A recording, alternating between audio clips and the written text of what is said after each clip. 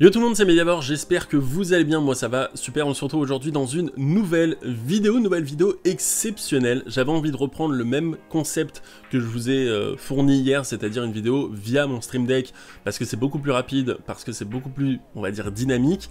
J'ai l'impression que vous êtes nombreux à avoir aimé le concept, donc du coup je me suis dit que j'allais vous faire ça. Je vais vous parler aujourd'hui de Amazon, de MGM, de Stargate, de Rocky et de James Bond. Asseyez-vous, détendez-vous, on y va, c'est parti. Alors vous n'êtes peut-être pas sans savoir, il semblerait qu'il y ait des rumeurs autour du rachat de la MGM par Amazon. Amazon, c'est Amazon Prime Video précisément, mais c'est dirigé par Jeff Bezos et ça fait partie de la maison mère qui est donc Amazon. Dans ce catalogue de la MGM, et pourquoi c'est intéressant, il y a bon nombre de films, bon nombre de séries, bon nombre d'adaptations qui pourraient être intéressantes, que ce soit même en jeu vidéo ou autre chose, et ça peut rapporter beaucoup d'argent. En premier, vous allez me dire, évidemment, quand vous pensez à MGM, vous pensez à James Bond. James Bond est le nouveau film Mourir peut attendre, qui attend depuis maintenant presque 1 an et demi, et qui va à un moment donné sortir, mais on va en reparler dans quelques minutes. James Bond, c'est quelque chose d'énorme, c'est quelque chose de très gros, et forcément, ça rapporte beaucoup d'argent, et la MGM, qui est dans la merde depuis longtemps, et qui a financé, avec également Universal, ce nouveau James Bond, attend un retour sur investissement, parce que ça coûte beaucoup d'argent, en communication, mais aussi en développement, en pré-production, en production, en tournage, tous ces trucs-là. Donc forcément, ils perdent beaucoup d'argent, et la pandémie mondiale a accéléré la situation chaotique dans laquelle était la MGM. Donc forcément, voilà, ils veulent absolument trouver un nouveau revendeur. Il semblerait qu'Apple ait déjà fait une proposition il y a plusieurs mois, qui a été justement sans succès. Mais là, 9 milliards de dollars, ça pourrait être intéressant parce que l'entreprise, apparemment, la MGM, valerait environ 5-6 milliards de dollars, mais elle a été, on va dire, grâce à l'intelligence de certains, on va dire, relevée à la hausse, et donc elle vaut maintenant 9 milliards. Donc, on a James Bond, mais on a également Rocky. Rocky, c'est une grosse licence. Alors, on a les anciens films, mais on a également Creed. Creed 1, Creed E et Creed 3, qui devrait normalement arriver d'ici 1 an, peut-être 1 an et demi, et qui est normalement réalisé et scénarisé par Michael B. Jordan. Mais on a aussi le Rocky 7, qui a envie de faire Sylvester Stallone, mais également la série Rocky, écrit par Sylvester Stallone, qui raconterait donc les histoires, les origines de Rocky Balboa, même si potentiellement ça a déjà été raconté en film, mais voilà, ça peut être intéressant. Et donc, la MGM n'est pas bête, ils voient le filon, ils se disent Rocky ça rapporte beaucoup d'argent, en plus des James Bond, bah, ça peut faire beaucoup de choses, et donc les adaptations peuvent être florissantes sur la plateforme Amazon Prime Video. Mais la dernière chose, et c'est ça qui nous intéresse ici, c'est Stargate. Stargate, c'est une grosse machine à fric. Il y a eu Stargate SG1, il y a eu Stargate Atlantis, il y a eu Stargate Universe. On a eu également Stargate Origin, qui n'a pas vraiment marché, mais qui, voilà, était diffusé via la plateforme de streaming, la plateforme de SVOD, qui était donc Stargate Command, et qui a été, on va dire, mal réceptionné. Mais voilà, on sent que la MGM a quand même essayé de se faire la main via les plateformes de streaming et de SVOD. Maintenant, ça n'a pas du tout marché, ça a été un four monumental, et ils ont décidé d'enterrer la porte des étoiles pour de bon. Ça fait un petit moment. Ça fait un petit moment que Brad Wright, qui est donc le créateur de la série 1, 2 et 3, a envie de revenir avec une nouvelle série. Il y a eu beaucoup de choses qui ont été faites via Twitter, avec également Joseph Mallozzi, qui ont tout fait pour que les fans reviennent, et l'engouement revienne également, et la MGM s'est dit à un moment donné, peut-être qu'on pourrait relancer. La MGM a foutu un peu n'importe quoi avec cette série, ils ont décidé d'arrêter des jeux qui étaient en développement, je pense à Stargate Alliance, je pense à Stargate Resistance également, même si, voilà, peut-être que les jeux étaient pas foufou, ils ont décidé d'arrêter leur développement à mi-parcours, et forcément quand un jeu est fini à mi-parcours, bah il est pas fini. Je prends l'exemple de Halo, vous avez vu tous les trailers de l'E3 de 2020, bah ils ont rajouté 1 an, donc ils étaient vraiment à mi-parcours. Du coup, la crise financière de MGM qui a duré plus de 10 ans, enfin plutôt maintenant qui est là depuis plus de 10 ans, elle a commencé aux alentours de 2005. En 2005 sort les James Bond, ça rapporte encore beaucoup d'argent, mais 2008-2009, il y a les crises, la crise financière, et la MGM n'est pas épargnée, comme évidemment beaucoup de choses, et décide pour, on va dire, gagner de l'argent et surtout ne pas en perdre, de se séparer de certaines licences de séries qui ne marchent plus, et donc décident d'arrêter leur diffusion à la télévision. Stargate Universe, à l'époque, était diffusé sur la chaîne Sci-Fi, et faisait des scores d'environ 2 millions, 3 millions en tout cas pour la première saison, et 2,5 millions pour la deuxième saison. Et également, la première saison et la deuxième saison avaient été commandées comme un package. Et si ça plaisait, on commandait pour une saison 3, pour une saison 4, et vice versa, et à chaque fois, voilà, on remontait 4, 5, 6, 7, enfin, ce genre de choses. Malheureusement, le succès escompté n'était pas au rendez-vous, et donc ils ont décidé d'annuler, clairement, la série, et ça se termine par un cliffhanger. Et donc, forcément, les MGM, ils ont décidé, encore une fois, d'enterrer le projet, de passer à autre chose, et ça fait maintenant 12 ans que les fans de Stargate attendent le retour d'une série. Ça fait longtemps qu'on attend ça, et Amazon a l'air de dire que si le catalogue MGM arrive sur Amazon Prime Video, certains des projets qui étaient du côté de MGM ou en production continueraient sur Amazon. Et ça peut être très intéressant, et je vous en parle évidemment dans quelques instants. Je vous parlais évidemment de Stargate Origins, qui était donc une série qui n'a pas du tout fonctionné et qui était disponible via Stargate Command, mais c'est important de savoir que, voilà, ils ont essayé, que ça n'a pas marché, mais que au moins ils avaient cette envie, et ils avaient envie de concurrencer des plateformes de SVOD type Netflix, même si ils avaient qu'un programme, c'était Stargate Command. Voilà, donc forcément, faire un programme, c'est Stargate Command face à d'autres trucs, c'est clair que c'est compliqué, et il est clair, encore une fois, que l'avenir des séries télé à la télévision, je pense que ça n'a plus d'avenir. Maintenant, les séries télé, c'est sur les plateformes de streaming, c'est sur les plateformes de SVOD, de VOD, ce genre de choses. Ça n'a plus sa place, malheureusement, à la télévision, parce que les gens veulent tout de suite, maintenant. Et quand tu as une plateforme comme Netflix qui te propose d'avoir les 8 épisodes, les 10 épisodes d'une série, les 24 épisodes d'une série d'un coup, et que tu as la télévision qui te propose d'avoir tous les épisodes une fois par semaine, avec énormément de publicité, mais les gens se lassent de la publicité et restent sur leur plateforme de streaming, ce qui est totalement normal. Je vous parlais évidemment d'Amazon Prime, et donc de tout ce que Amazon Prime serait capable de faire. Il faut savoir que Amazon, c'est une multinationale qui vaut des centaines de milliards. Je crois que ça vaut, 150 milliards, quelque chose comme ça, ou en tout cas, si c'est pas Amazon qui vaut 150 milliards, c'est Jeff Bezos, son créateur. Donc c'est une firme qui brasse énormément d'argent, qui brasse de l'argent via évidemment son site Amazon, mais également grâce à ses serveurs, et c'est comme ça principalement qu'ils se font de l'argent, mais également avec son catalogue Amazon Prime Video qui sert un peu plus de vitrine pour montrer aux gens, regardez, voilà, vous avez un service pour 5,99€ et vous avez une plateforme, vous avez Twitch, vous avez ceci, vous avez cela, donc forcément ça rapporte de l'argent, et Amazon en a.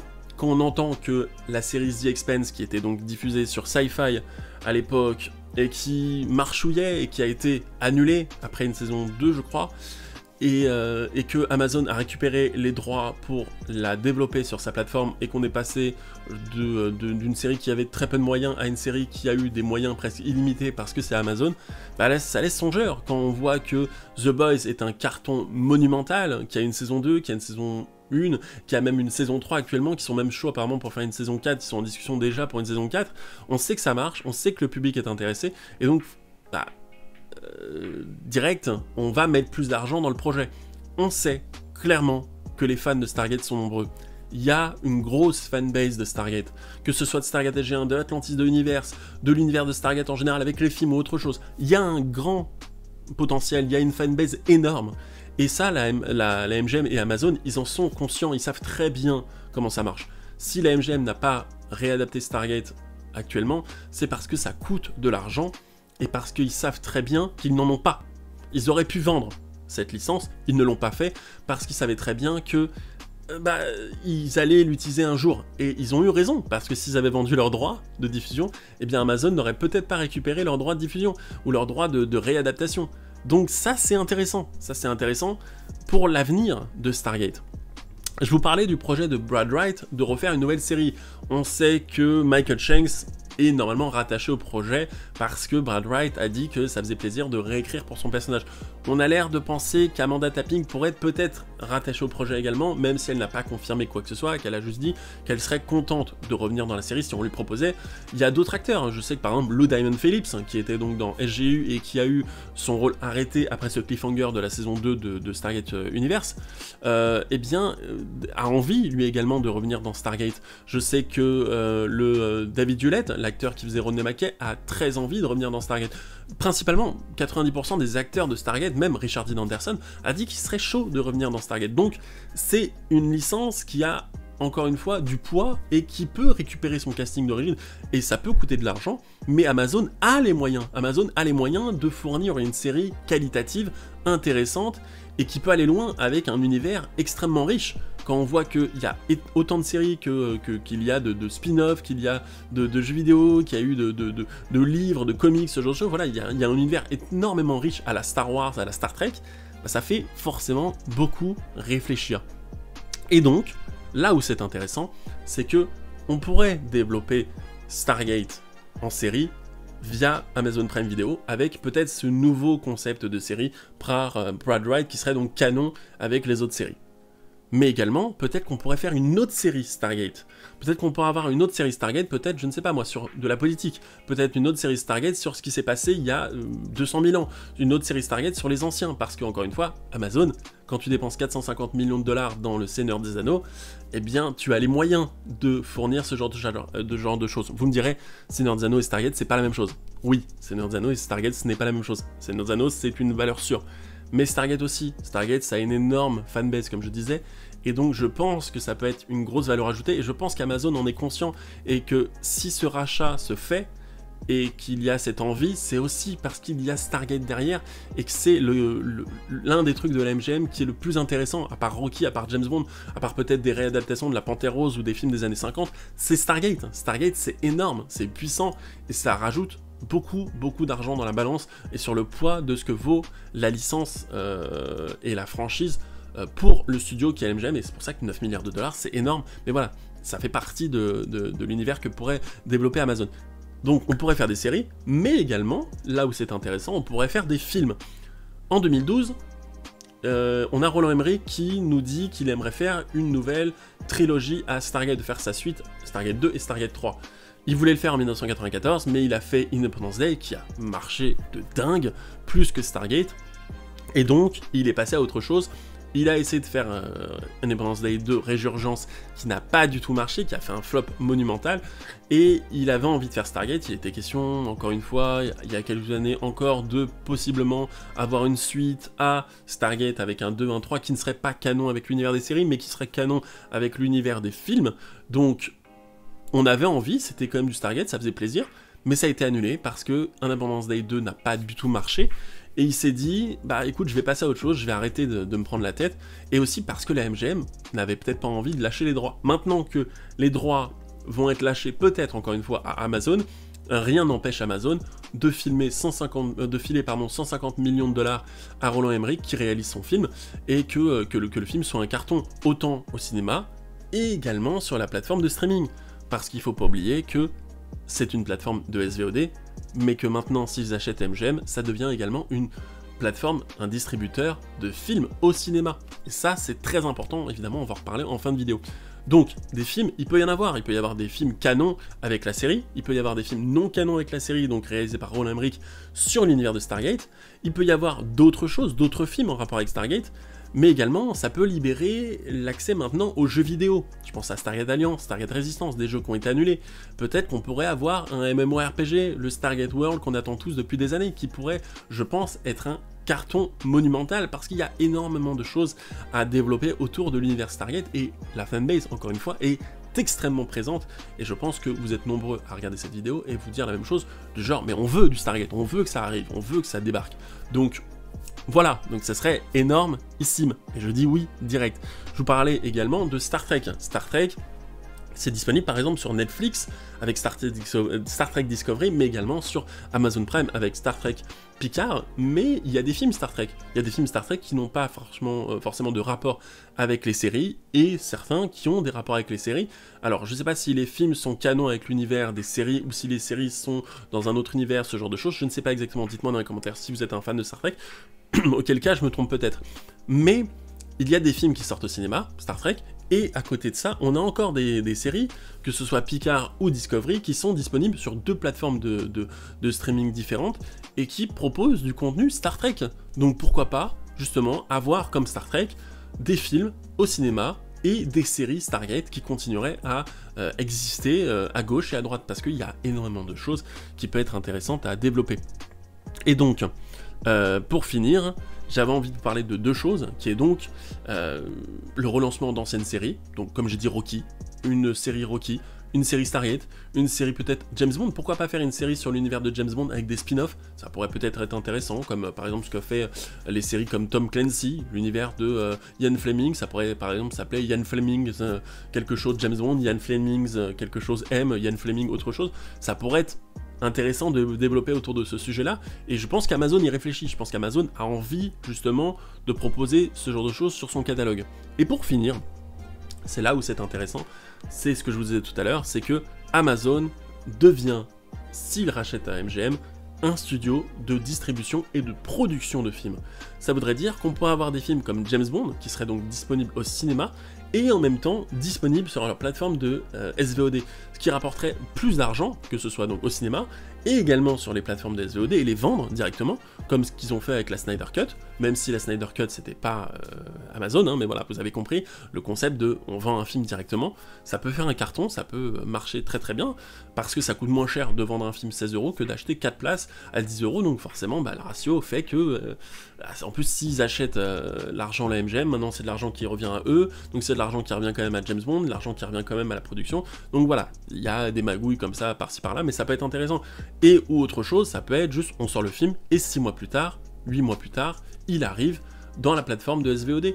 Mais ça peut être le cas par exemple pour la série Rocky, ça peut être le cas pour des films Rocky, ça peut être le cas pour Stargate par exemple, des séries qui sont au cinéma, et d'un coup on décide de faire un film qui va continuer la série, et qui va être disponible au cinéma, et ensuite, par exemple ce que fait avec Disney+, par exemple des séries qui seraient canon dans l'univers du Marvel Cinematic Universe, c'est-à-dire des séries qu'il faudrait regarder pour regarder les films, ou en tout cas qui pourraient être appréciées beaucoup mieux si vous connaissez les séries pour mieux apprécier les films.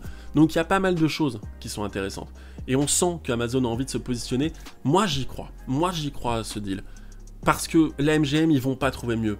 Disney va pas racheter la MGM parce qu'ils ne peuvent pas en fait.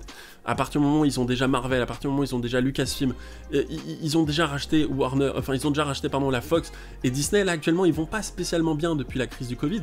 Ils ont racheté la Fox 60 milliards, ils ont racheté Lucasfilm 4 milliards, ils ont racheté Marvel à peu près pour le même prix, ils ont racheté Pixar même si c'est plutôt une fusion.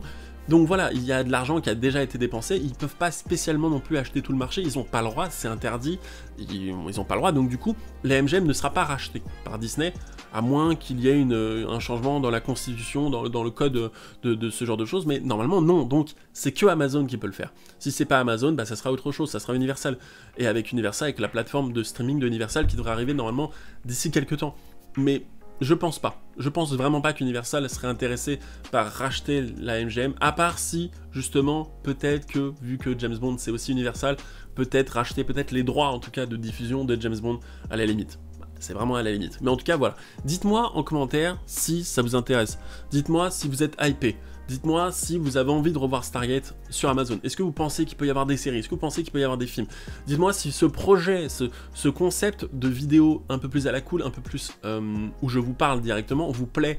Est-ce que vous voulez plus de vidéos comme ça? Est-ce que ça vous emmerde? Donc, du coup, ça vous emmerde, bah écoutez, on repasse à un format traditionnel. Mais voilà, pour moi, ça m'arrange plus. Je préfère, c'est plus dynamique, je parle comme ça non-stop, et surtout, ça m'entraîne aussi. Et en plus, comme ça, je bosse mes sujets beaucoup mieux. Enfin, c'est pas foutu exactement de la même façon. Écoutez, c'était le Mediavore, je vous remercie à tous, n'hésitez vraiment pas, parce que c'est important, n'hésitez pas à partager un maximum cette vidéo, n'hésitez pas non plus à liker la vidéo, n'hésitez pas à commenter la vidéo, c'est toujours bon pour le référencement, et également parce que moi j'ai envie de savoir exactement comment vous voyez l'avenir de la franchise, que ce soit en film ou en série, vis-à-vis du rachat possible de la MGM par Amazon. Et également, bah écoutez, n'hésitez pas à me dire, on va se retrouver bientôt, voilà, on va se retrouver bientôt, on se retrouve évidemment bientôt pour la critique dans le même format de Jurassic World Camp Cretaceous, on se retrouve également la semaine prochaine pour un petit zoom, donc c'est-à-dire une petite vidéo où je vous parle de Stargate Infinity, la série oubliée, le dessin animé oublié de chez Stargate. C'était le Mediavore, je vous dis à plus dans une prochaine vidéo, on se retrouve demain soir pour le live rétrospective X-Men. Ciao.